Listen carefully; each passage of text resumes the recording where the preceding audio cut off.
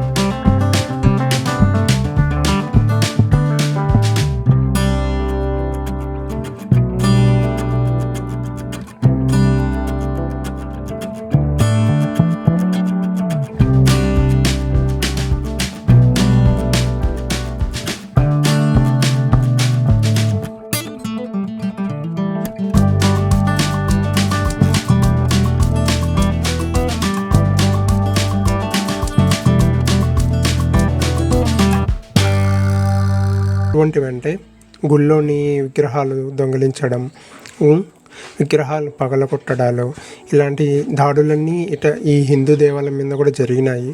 అప్పట్లో నలంద విశ్వవిద్యాలయం మీద ఎలాంటి దాడులు జరిగాయో అటువంటి దాడుల్లో బాధింపబడిన గుళ్ళల్లో ఈ గుడి కూడా ఒకటి. ఇక్కడ విశిష్టత ఏంది చెప్పండి సార్? ఇది వచ్చేసి శివకేశవ అభేద క్షేత్రం అన్న. మీరు యోగికి వెళ్ళినా శివుడు ఒకటి ఉంటాడు, లేకపోతే విష్ణు ఒకటి ఉంటాడు. ఇక్కడ మాత్రమే శివుడు విష్ణు ఇద్దరు ఉంటారు అనమాట. మీరు కాశీలో చూసుకున్నట్టయితే శివుణ్ణి, వినాయకుడిని, కాలభైరుని ముగ్గురిని దర్శనం చేసుకుంటేనే కాశీ క్షేత్ర దర్శనం అనేది పూర్తవుతుంది. ఇలాంటి ఇక్కడ ముగ్గురిని ఒకేసారి దర్శనం చేసుకోవచ్చు. శివుడు ఉంటారు, శివుని వెనకాలనే వినాయకుడు, కాలభైరుడు అనమాట. ఇంకొకటి కాశీలో శివుని మంగళ 3 నదులు కలిసి ప్రవేశిస్తుంటాయి. గంగా, యమునా, సరస్వతి, త్రివేణి సంగమం అంటారు. ఇక్కడ వచ్చేసి 5 నదులు కలిసి ప్రవేశిస్తుంటారు అనమాట. పినాకిని, మాండవి, కుముద్వతి, చిత్రావతి, పాపాగ్ని, పంచనదీ సంగమం. ఉత్తరం నుంచి దక్షిణంగా ప్రవేశిస్తుంటుంది. దీని దక్షిణ కాశీ, దక్షిణ కయా, దక్షిణ ప్రయాలతో సమానం అంటారు. రెండో కాశీ కూడా అంటారు. అందుకని ఇక్కడ స్వామిని కాశీ విశ్వేశ్వర స్వామి కూడా అంటే ఇక్కడ స్వామి పేరు వచ్చేసి సంతాన మల్లేశ్వర స్వామి, కానీ కాశీ విశ్వేశ్వర స్వామి కూడా అంటారు. ఇక్కడ వచ్చేసి క్షేత్రాధిపతి శివుడు, క్షేత్రపాలకుడు విష్ణుమూర్తి. మామూలుగా ఏ గుడిలైనా క్షేత్రాధిపతి శివుడు అయితే క్షేత్రపాలకుడు కాలభైరవ స్వాములకి వీరభద్ర స్వామి అంటారు. ఇక్కడ మాత్రమే క్షేత్రాధిపతి శివుడు, క్షేత్రపాలకుడు విష్ణుమూర్తి అంటే చిన్నకే స్వామి క్షేత్రపాలకుడు అనమాట. మామూలుగా ఏ విష్ణుమూర్తి అవుతారు ఇంకైనా సరే కుడి చేతిలో చక్రం, ఎడమ చేతిలో శంఖం ఉంటుంది. ఓన్లీ చిన్నకే స్వామి మాత్రం కుడి చేతిలో శంఖం, ఎడమ చేతిలో చక్రం ఆపోజిట్లో ఉంటాయి అనమాట. స్వామికి అభయహస్తం ఉంటుంది, గదా ఆయుధం ఉంటుంది. ఒకే విగ్రహంలో శ్రీదేవి, భూదేవి అమ్మవారు ఉంటారు. ఇటుపక్క గదా, పక్క భూదేవి అమ్మవారు ఉంటారు, అటుపక్క శ్రీదేవి అమ్మవారు ఉంటారు. చుట్టూ మకరతోనంలో దశావతారాలు ఉంటాయి అనమాట. స్వామికి హృదయంలో స్వయంభూగా హృదయ లక్ష్మీదేవి ఉంటుంది. ఒకటి ఏ గుడిలో చూసుకున్న శివుని మంగళ నందీశ్వరుడు ఒకటి ఉంటుంది. నందీశ్వరుడు, నందీశ్వరుని భార్య నందికేశ్వరి నామం అనేది ఆమె ఇద్దరు కూర్చొని ఉంటారు అనమాట. ఇది వచ్చేసి గుడి విశేషం. గుడి చరిత్ర వచ్చేసిందంటే ఇక్కడ ఈ కొండ ఉంది కదండి, ఇక్కడ ఈ కొండ లేకున్నమాట. ముందు ఒక చెరువు ఉండే. అయితే అప్పుడు ఈ ఊరి పేరు కాంపల్లి, పుష్పగిరి కాదు. అయితే కాంపల్లి గ్రామంలో ఒక చెరువు ఉండే. గరుత్మంతుడు వాళ్ళ అమ్మ కోసమని అమృతం తీసుకెళ్ళడానికి ఇంద్రుని దగ్గరికి వెళ్తాడు. ఆ సమయంలో ఇంద్రుడు అక్కడ ఉండరన్నమాట. సరే వచ్చినాక చెప్దాం లేన్నారు. గరుత్మంతుడు అమృతం తీసుకొని వస్తుంటాడు. అమృతం తీసుకొని వస్తుంటే ఇంద్రుడు చూసి ఎవరు నాకు చెప్పకుండా అమృతం తీసుకెళ్తుండ్రు అని వాళ్ళ మీద వజ్రాయుధం ప్రయోగం చేస్తాడు. తీసుకెళ్తున్న గరుత్మంతుడు కాబట్టి ఆయనకు గాయమయ్యి ఆయన తెస్తున్న అమృతం నుంచి 2 చుక్కలు ఇక్కడ ఈ చెరువులో పడిపోతుంది అనమాట. దానివల్ల ఈ చెరువు మొత్తం అమృతమయమైపోతుంది. కాకపోతే ఇక్కడ ఈ చెరువులో అమృతం పడ్డ విషయం గరుత్మంతుని కానీ ఇంద్రుని కానీ ఇద్దరికి తెలియదు అనమాట. అయితే గరుత్మంతుడు చెప్తారు మేము కోసం అమృతం కావాలంటే సరే తీసుకెళ్ళని చెప్తారు. వాళ్ళిద్దరు వాగ్వివాదం జరిగితే వాళ్ళిద్దరు వెళ్ళిపోతారు. అది అలా అనుకోండి, ఇది వేరేదనమాట. అయితే ఇక్కడ అమృతం పడ్డది. అదే రోజు సాయంత్రం ఒక ముసలాయన అంటే వాళ్ళ పొలంలో పని చేసుకొని బుర్జలో పని చేసుకొని వచ్చి ఇక్కడ ముసలిద్దులో అనేది మంచి బుర్జ అయితే వీటికి మంచి స్నానం చేపిస్తారు అన్నమాట నీళ్ళల్లో. అయితే నీళ్ళల్లో స్నానం చేపించేసరికి ఆ ముసలిద్దులో మంచిగా యంగ్ అయిపోతాయి, అంటే యవ్వనంగా అయిపోతాయి అనమాట. ఇట్లా ఆయన కూడా లోపలికి వెళ్ళి చూసి వస్తాడు అనమాట. ఏమైందని లోపలికి వెళ్ళి చూసి వస్తాడు. లోపలికి వెళ్ళి బయటకు వచ్చేలోపు ఆయనకి ఏం అర్థం కాదన్నమాట. అంటే ఆయన ముసలాయన ఉండడు, ఆయనకు మోకాలు నొప్పులు, నడుము నొప్పులు ఉంటాయి. ఆయనకు బయటకు వచ్చేలోపు అవి ఏముండవు. ఏమైంది, నిజంగానే ఇట్లా అయిందా లేకపోతే ఏమైందా అని ఆయన నీళ్ళలో ఆయన ప్రతిబింబం చూసుకుంటాడు. నీళ్ళలో ప్రతిబింబం చూసుకునేసరికి ముసలాయన యువకుడు లెక్క అయిపోతాడు. ఇదేంటి ఇట్లా అయింది, రోజు కన్నా కదా స్నానం చేసేది, నీళ్ళు అయ్యేది రోజు కానీ ఈ రోజు ఎందుకైనా అని అక్కడ ఒడ్డు కూర్చొని ఆలోచిస్తారు. లేదా ఇది నా భ్రమణ, లేదా నిజంగానే అయిందని అక్కడ ఒడ్డు కూర్చొని ఆలోచిస్తుంటాడు అనమాట. అంతలోపు సాయంత్రం ఏంటో రాత్రి ఏంటో వాళ్ళ భర్త రాలేదు అని వాళ్ళ భార్య వస్తుందన్నమాట. అంటే ఆ ముసలాయన భార్య వస్తుంది. ముసలాయన భార్య వచ్చి చూస్తే అక్కడ చూస్తే అవి వాళ్ళ అవలేదు లెక్కన ఉంటాయి కానీ కొంచెం వేరే లెక్క ఉంటాయి. వెళ్ళి అక్కడ కూర్చొని యువకుడు అంటే వాళ్ళ భర్తనే అడుగుతాను అనమాట. గుర్తుపడతాడు ఆమె. వెళ్ళి ఒక రోజు మా భర్తను చూసినా అని అడుగుతుంది. అయ్యో ఈమెను గుర్తుపడతలేదంటే నేను నిజంగానే యవ్వనంగా అయిపోయినా, ఈమెను కూడా ఒకసారి ముంచి ట్రై చేద్దాం అన్నట్టు ఆమెను కూడా ముంచి ట్రై చేస్తారన్నమాట. ఆమె మంచి యవ్వనంగా అయిపోతుంది. ఇక్కడ ఏదో విశేషం జరిగింది, ఇక్కడ వచ్చి ముసలోళ్ళు ముగితే మంచి యవ్వనంగా అయిపోతున్నారు. వెళ్ళి ఊరోళ్ళు అందరూ చెప్దాం పదా అని ఊరోళ్ళు అందరూ చెప్తారన్నమాట. అయితే అప్పుడు ఈ ఊరి పేరు కాంపల్లి, పుష్పగిరి కాదు కాంపల్లి. ఇక్కడ చుట్టుపక్కల గ్రామాలకు అందరికి వివరిస్తారు, అందరూ వస్తుంటారు, ఇక్కడ అమృతం స్వీకరిస్తుంటారు, అందరూ అమరులు అయిపోతుంటారు, అంటే ఎవరు చనిపోకుండా ఉంటుంటారు అనమాట. అయితే చిత్రగుప్తుని డౌట్ వస్తాయి, ఏమైందబ్బా ఇక్కడ ఈ 2-3 గ్రామాల నుంచి నరకానికి అంటే ఎవరు చనిపోయిన వాళ్ళు వస్తలేరని చిత్రగుప్తుని డౌట్ వచ్చి వీళ్ళు యమధర్మరాజు చెప్తారు. అంటే స్వామికి నుంచి ఎవరు వస్తలేరంటే యమధర్మరాజు కాలబ్రహ్మణం చేసి చూస్తారు. ఏమైందని కాలబ్రహ్మణం చేసి చూస్తే యమధర్మరాజుకి తెలుసు ఇట్లా గరుత్మంతుడు అమృతం తీసుకెళ్తుంటే ఇక్కడ ఈ సరస్సులో దాంట్లో అమృతం పడ్డదని తెలుస్తుంది అనమాట. అయ్యో ఇది సృష్టి విరుద్ధం కదా, వెంటనే వెళ్ళి బ్రహ్మకు చెప్దాం పదా, బ్రహ్మం దీనికి ఏమైనా పరిష్కారం చెప్తారు, బ్రహ్మ దగ్గరికి వెళ్దాం పదా అని బ్రహ్మ దగ్గరికి వెళ్తారన్నమాట. అయితే బ్రహ్మ అంటారు శివుని దగ్గరికి వెళ్దాం, శివుడే సృష్టి ప్రళయకర్త కదా, శివుడు దీని పరిష్కారం కోసం ఏమైనా ఉపాయం చెప్తుంటారు, శివుని దగ్గరికి వెళ్దాం అంటే శివుని దగ్గరికి వెళ్తే శివుడు అంటాడు ఒక సభ ఏర్పరచేద్దాం. ఆయనకు ఏం ఉపాయం రాదనమాట. ఒక సభ ఏర్పరచం, సభలో అందరి దేవతలని ఆహ్వానిద్దాం, అందులో ఎవరెవరి అభిప్రాయాలు వాళ్ళు చెప్తారు దీని పరిష్కారం కోసం, అందులో ఎవరిదైతే ఉత్తమం ఉంటుందో దాన్ని పాటిద్దామంటారు. అయితే సభ ఏర్పాటు చేస్తారు, సభలో అందరి దేవతలని ఆహ్వానిస్తారు, అందులో ఎవరెవరి అభిప్రాయాలు వాళ్ళు చెప్తుంటారు అన్నమాట. అయితే అందులో లక్ష్మీదేవి అమ్మవారు అంటే ఆ చెరుపైన ఒక కొండ తెచ్చి కప్పేసేయండి, కప్పేయడం వల్ల ఆ నీళ్ళని ఎవరు స్వీకరించలేరు, ఎవరు అమరులు కాలేరు అని చెప్తారు అనమాట. అయితే గరుత్మంతుడు చెప్తాను, నీవు కదా ఈ సమస్య ఉత్పత్తి చేసింది, కైలాస పర్వతంలోంచి ఒక చిన్న కొండ తెచ్చి ఆ చెరుపైన వేసి అని చెప్తారన్నమాట. అయితే గరుత్మంతుడు కైలాస పర్వతంలోంచి ఒక కొండ తెచ్చి ఆ చెరుపైన వేసేస్తాడు. కాకపోతే ఆ చెరుపైన తెచ్చి కొండ వేయడం వల్ల ఏమవుతుంది అంటే అది పుష్పం లెక్క తెలుతుంది కానీ మునగదన్నమాట. ఎట్లయితే నీళ్ళలో పువ్వు వేస్తే పైకి తెలుతుంది అట్లా తేలుతుంటారు, అంటే నీళ్ళలో రాయిస్తే మునుగుతుంది, అట్లా మునగకుండా అమృతం శక్తి వల్ల పుష్పం లెక్క తెలుతుంది. అంటే అప్పుడు ఈ కొండపైన మొత్తం పూలే ఉండండి, అంటే ఇట్లా ఇప్పుడు నీళ్ళలో ఆకేసినా సరే తేలుతూనే ఉంటుంది కదా, కానీ ఈ కొండ మీద మొత్తం పూలే ఉన్నది కాబట్టి దాన్ని పుష్పగిరి, పుష్పం లెక్క తెలుతున్న కొండ, అంటే గిరి అంటే కొండ, పుష్పం లెక్క తెలుతున్న గిరి పుష్పగిరి అని పేరు వచ్చింది. అంటే పుష్పం లెక్క తెలుతుంటే కింద నీళ్ళు ఉంటాయి కదా, అందరు చెంబుతుంటారు బిందెతో నీళ్ళు తీసుకెళ్తుంటారు. ఇది చూసి అమ్మవారి దగ్గరికి వెళ్తే అంటే ఇప్పుడు ఇక్కడ కొండ వేసింది ఈ విషయం అంతా రాక్షసులకు తెలిసి వాళ్ళకు కూడా తెలుస్తుంది అన్నమాట ఇక్కడ అమృతం పడ్డది. వాళ్ళు కూడా వచ్చి ఇక్కడ అమృతం స్వీకరిస్తుంటారు.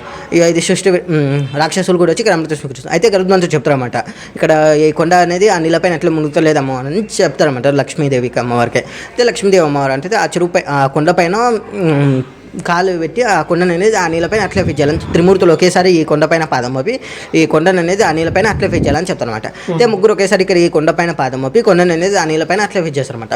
కింద వచ్చేసి శివుని పాదం వచ్చి ఉంటుంది, రుద్ర అంటే ముగ్గురు పాదం వచ్చింది కదా, వాళ్ళది ముగ్గురు పాదం అచ్చులు అట్లే ఉన్నాయి అనమాట. కింద వచ్చేసి శివుని పాదం వచ్చి ఉంటుంది, రుద్రపాదం అంటారు. బ్రహ్మపాదం వచ్చేసి మిడిల్ కొండ పైన ఉంటుంది, విష్ణు పాదం వచ్చేసి కొండ చివరిలో ఉంటుంది అనమాట. ముగ్గురు ఒకేసారి ఇక్కడ ఈ కొండపైన పాదం మోపి కొండను అనేది ఆ నీళ్ళపైన అట్లా ఫిట్ చేసింది అనమాట. దాని తర్వాత ఇక్కడికి వచ్చి ఎవరైతే అమృతం స్వీకరించారో రాక్షసులు కానీ మానవులు కానీ వాళ్ళందరూ అమృతం శక్తి తీసేస్తుంటారు. ఒక కేశి అనే రాక్షసు తప్పించుకుంటాడు అనమాట. ఆ కేశి అనే రాక్షసును విష్ణుమూర్తి చూసి ఆ కేశి అనే రాక్షసును సంహరించి కేశవ అవతారం ఎత్తుతాడు. చిన్న అంటే కన్నడ పదం అందమైన అని చిన్న కేశవ అని పేరు వస్తుంది. స్వామికి హృదయంలో స్వయంభూగా హృదయ లక్ష్మీదేవి ఉంటుంది కాబట్టి స్వామి లక్ష్మీ చెన్నకేశ్వరం అంటారు అనమాట. ఇక్కడ వచ్చేసి మొత్తం 108 శివాలయాలు ఉంటాయి. జనమేజయ మహారాజు గుడి కట్టించారు. ఈ గుడి 108 శివాలయాలు ఉంటాయి ఇక్కడ ఈ చుట్టుపక్కల అన్ని. ఇప్పుడు జనమేజయ మహారాజు అంటే చోళులు కాదు, మహాభారతం అర్జుని మనవడు. అర్జున్ మనవడు పేరు పరీక్షిత్ అనుకోండి. పరీక్షితుని కొడుకు జనమేజయ మహారాజు. అయితే ఆయన ఇదంతా కట్టించింది అనమాట. ఇక్కడ 108 శివాలయాలు కట్టించింది. అంత స్వామి అయితే కృతయుగంలో స్వామి స్వయంభూమూర్తి. దాని తర్వాత ఈ జనమేజయ మహారాజ్ అనేది ఈ గుడిని చూసి ఈ గుడి ప్రాశస్తం తెలుసుకొని ఈ గుడిని కట్టించారు. మళ్ళీ దాని తర్వాత శ్రీకృష్ణదేవరాయలు చోళరాజులు అందరు డెవలప్మెంట్ చేశారు అనుకోండి. శ్రీకృష్ణదేవరాయలకి ఇంటి దేవుడు అనమాట ఈయన. అందుకని అప్పుడు ఈయన డెవలప్మెంట్ చేశారు. మళ్ళీ దాని తర్వాతకు ఈ నవాబుల కాలంలో దాని తర్వాత ఇప్పుడు ఈ నవాబుల కాలంలో 200 years మొత్తం 200 సంవత్సరాలు ఈ గుడి మూసేసి ఉండే.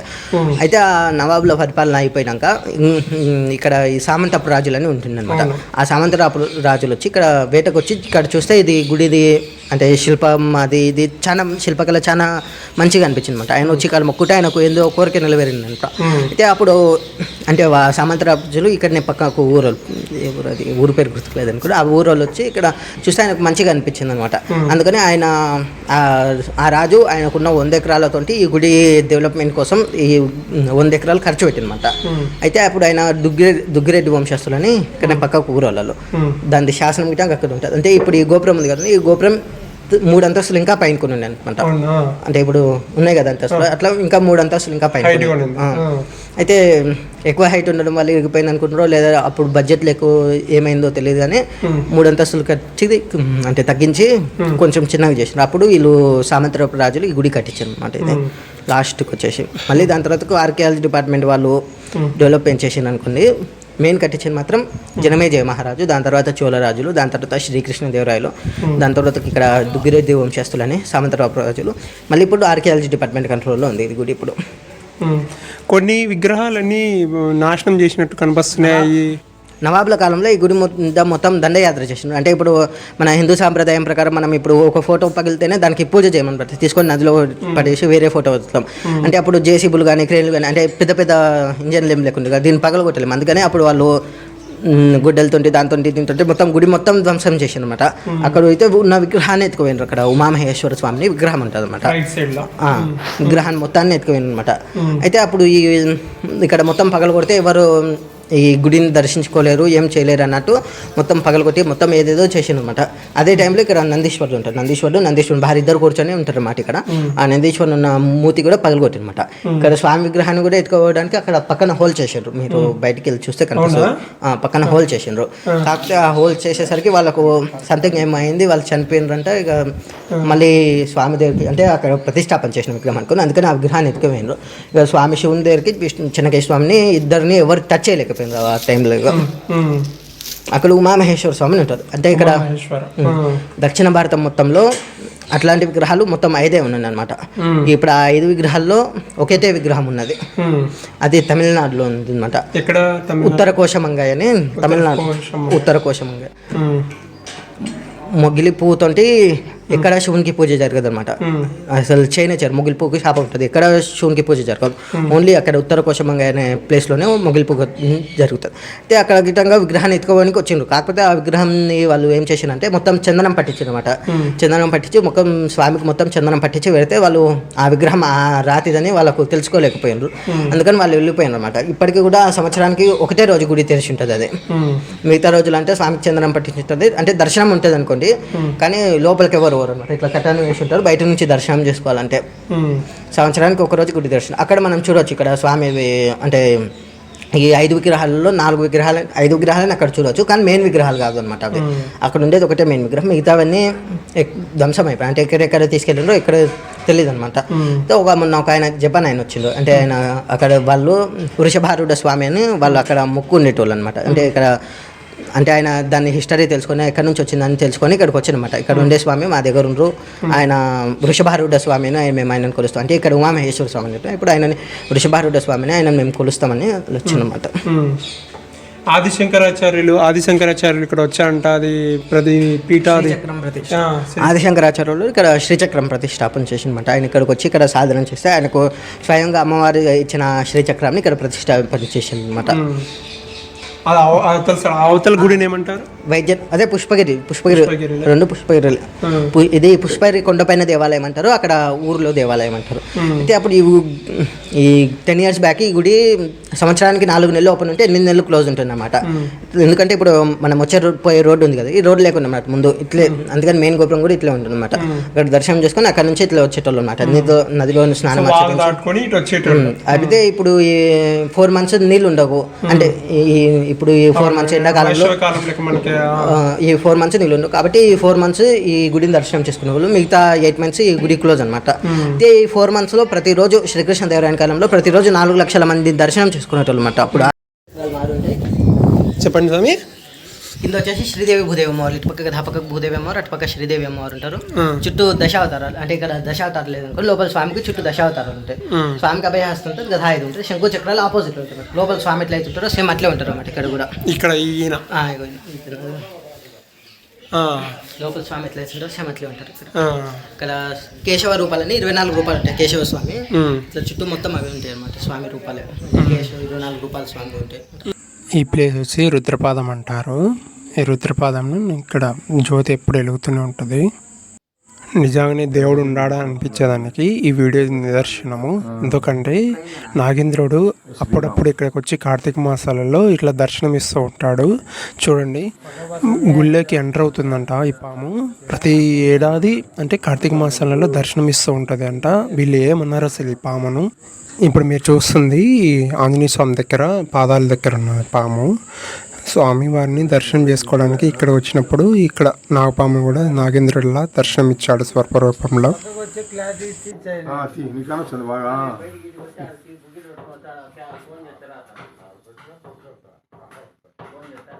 గోపురం పైన మొత్తం శ్రీకృష్ణుని చరిత్రమే ఉంటుంది అనమాట. చూశాను, రాముంది కూడా ఉంది. రాముడు కూడా ఉంది అనుకోండి, కానీ మెయిన్ కృష్ణుడు ఎక్కువ ఉంది అనమాట ఈ గోపురం పైన. అందుకని ఇంట్రొడ్యూస్లో కూడా కృష్ణుడు ఉంటాయి. అంటే జన్మేజయ మహారాజు కాలంలో శ్రీకృష్ణుంది ఎక్కువ ప్రచారం అనమాట. అందుకని ఆయన కృష్ణుంది పెట్టి కట్టేసింది అనమాట. ఇక్కడ బ్రహ్మోత్సవాలు వచ్చేసి వైశాఖ మాసంలో అక్షయ తది అప్పుడు బ్రహ్మోత్సవాలు జరుగుతుంది. అక్షయ తది అప్పుడు స్వామిది గరుడ వాహనం ఉంటుంది, అక్కడ శివుంది నంది వాహనం ఉంటుంది.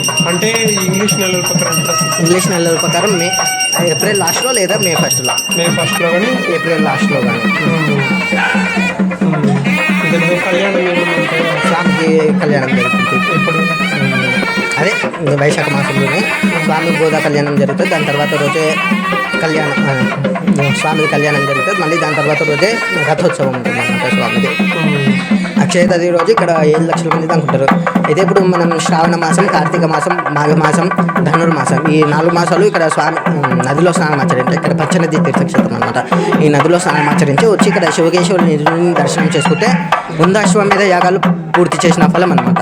అంటే ఇప్పుడు శ్రీరాముడు అంటే ఆయన కాలంలో ఒకటే అశ్వమేధ యాగం చేసిండ్రు కదా, ఇట్లా కాకుండా ఇక్కడ నదిలో స్నానం ఆచరించి శివకేశవుని దర్శనం చేసుకుంటే 100 అశ్వమేధ యాగాలు పూర్తి చేసుకున్న ఫలం వస్తుంది అన్నమాట ఇక్కడ. ఇంకా ఆర్కిటెక్చర్ విషయానికి వస్తే ఎంత బాగా కట్టారంటే ఈ గోపురం నుంచి చూస్తే ఈవినింగ్ టైంలో సన్ అక్కడి నుంచి ఇటువైపుకి నీట్గా కనిపిస్తున్నాడు. చూస్తున్నారు కదా ఎంత అందంగా కనిపిస్తుంది సూర్యుడు అటు నుంచి ఇటువైపుకి. ఇది ఈవినింగ్ టైంలో మనకు అదృష్టం కొద్ది మనం చూడగలుగుతున్నాము. ఇలాంటి టెంపులే అనంత పద్మనాభ స్వామి దేవాలయంలో కూడా ఉంది.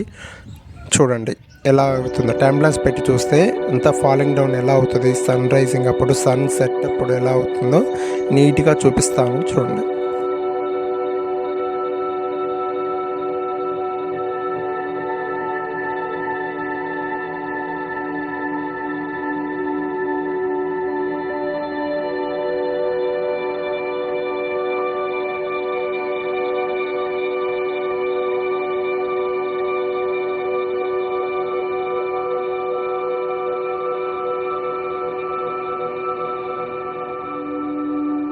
బేసిక్గా ఈ గుడి 2 టెంపుల్స్ అని చెప్పాను కదా, నదికి అటువైపు ఉన్న టెంపుల్ కూడా నేను రికార్డ్ చేశాను. దాని వీడియోని నెక్స్ట్ వీడియో పార్ట్ 2లో పెడతాను.